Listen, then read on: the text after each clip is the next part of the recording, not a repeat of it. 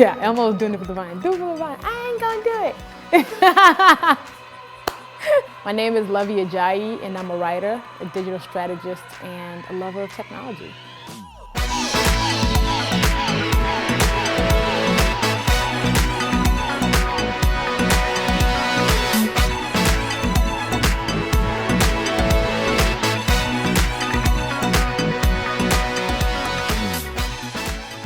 Online, I am a pop culture prima donna. I am a wacky wordsmith, bodacious blogger, dynamic digitality with a superior shoe game. I love shoes.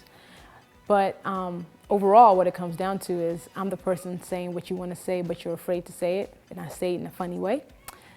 And I'm represented by a cartoon because I'm goofy in real life, and cartoons are awesome.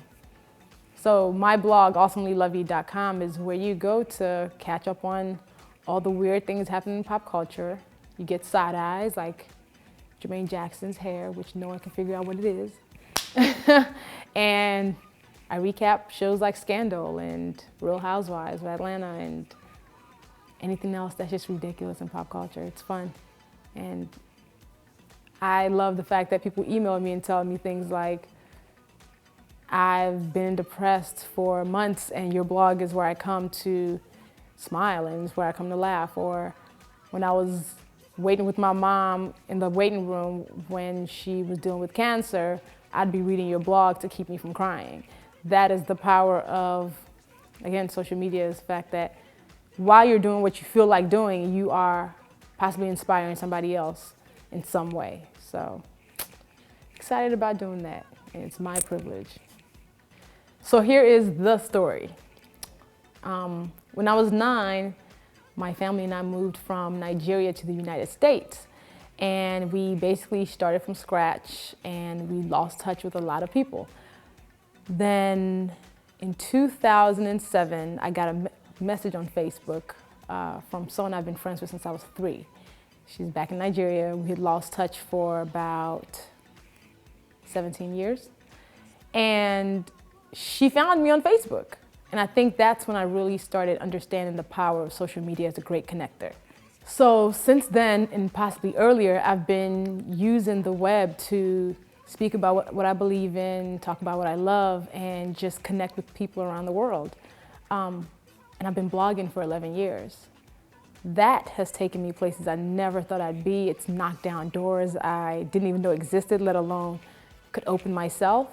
And it's all because social media really just expands your life, it expands your network, and expands your possibilities. So my college degree's in psychology. I was supposed to be a counselor in psych, but I'm in this space now, and it's an amazing place to be in. In 2009, my friend and I, Karen Watkins, started the Red Pump Project, and we started as a social media campaign to get women to put on red shoes on March 10th, which is National Women and Girls HIV and AIDS Awareness Day.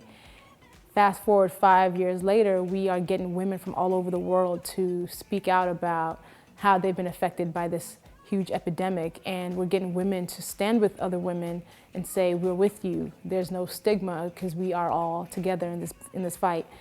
And it's all because of how social media makes our world bigger and smaller at the same time. So we get to share our stories, we get to inspire people, we get to befriend people we've never even met. And that's the power of the web and the power of digital tools like Facebook and Twitter and Instagram. So for me, it's been a humbling experience to be able to actually take what I do, which is really to make people laugh and think critically, and do it on a larger scale. And I think it's been probably one of the most beautiful surprises. And also to know that you're possibly one tweet away from your dream job, or one tweet away from meeting your favorite celebrity, or one tweet away from actually saving someone's life. It's a powerful thing. So yeah, social media rocks.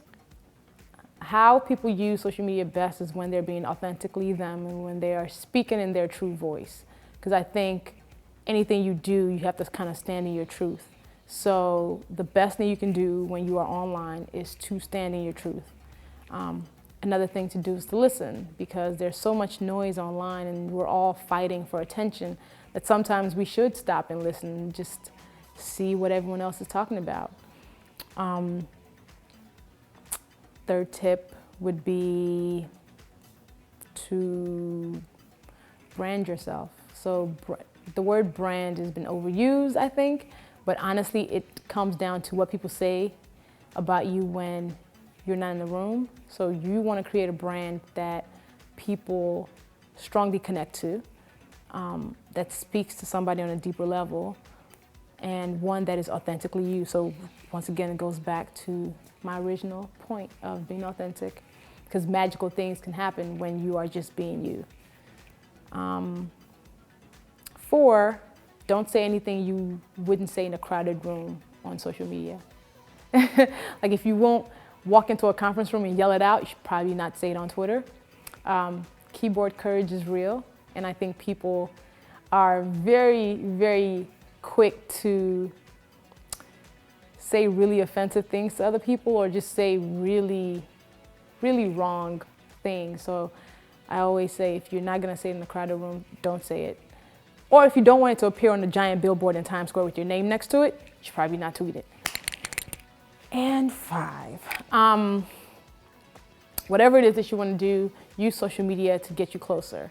So it could mean start a blog that shows you're an industry expert. It could mean tweeting tips about whatever it is that you do. It can mean being a resource to people. I just think everyone can find some greater value in social media besides loitering.